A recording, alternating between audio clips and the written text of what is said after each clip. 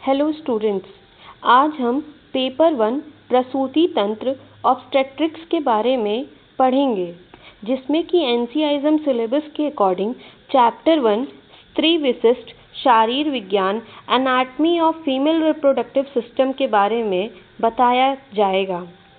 Chapter 1 में 5 topics हैं, जिसमें से टॉपिक A आज हम डिस्कस करेंगे। प्रसूति तंत्र। प्रसूति तंत्र 2 शब्दों से मिलकर बना है। प्रसूति यानी कि जन्म देना या फिर पैदा करना, जिसे हम मॉडर्न में लेबर भी कहते हैं। तंत्र का अर्थ होता है शास्त्र या फिर मुख्य विषय, जिसे हम नॉलेज भी कहते हैं। प्रसूति तंत्र मीन्स नॉलेज ऑफ लेबर। परिभाषा की बात करें तो वह शास्त्र जिसमें संतान के उद्भव यानी कि शुक्र और शोणित के संयोग के समय संतान का उद्भव होता है। विकास यानी कि डेवलपमेंट, जो 1 से 9वें महीने तक विकास होती है, उसे हम लोग डेवलपमेंट कहते हैं। एवं प्रसव यानी कि डिलीवरी, इससे संबंधित जितने भी नियम सिद्धांतों का विवेचन होता है, अर्थात संतान उत्पादन क्रिया को संपादित कराने की जो विधि बताई जाती है, उसे हम प्रसूति तंत्र कहते हैं। मॉडर्न में प्रसूति तंत्र को ऑब्स्टेट्रिक्स कहा जाता है, जिसमें कि हम प्रेग्नेंट वुमेन की केयर करते हैं at the time of pregnancy, parturition and the puerperium. Puerperium एक ऐसा पीरियड है जिसमें हम चाइल्ड बर्थ के 6 वीक्स के बाद प्रेग्नेंट वुमेन के रिप्रोडक्टिव सिस्टम को नॉन रिप्रोडक्टिव या नॉन प्रेग्नेंट कंडीशन में वापस लाते हैं। अब हम स्त्री रोग के बारे में पढ़ेंगे।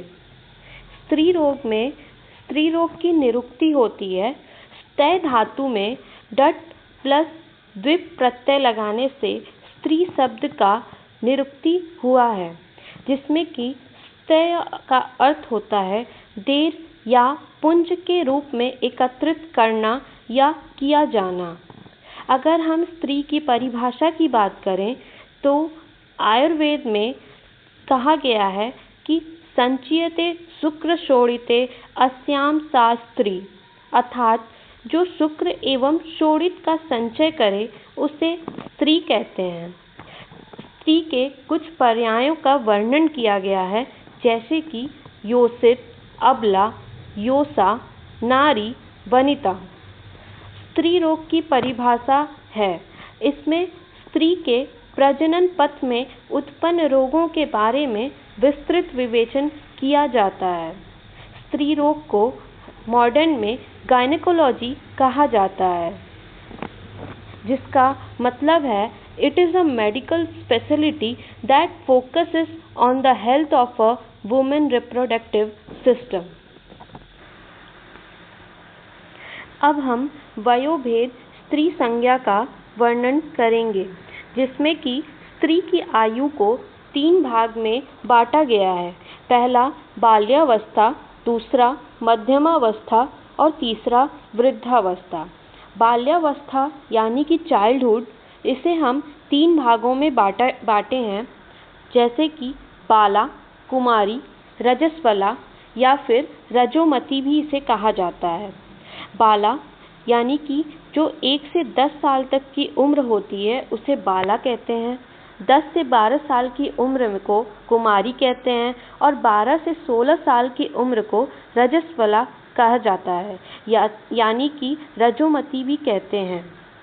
मध्यमावस्था को भी 3 भागों में बांटा गया है: यौवन, प्रौढ़ावस्था और वृद्धावस्था। यौवन 16 से 40 साल की उम्र को कहा गया है। प्रौढ़ावस्था 40 से 50 साल की उम्र को कहा गया है और वृद्धावस्था 50 से 55 साल की उम्र को कहा गया है।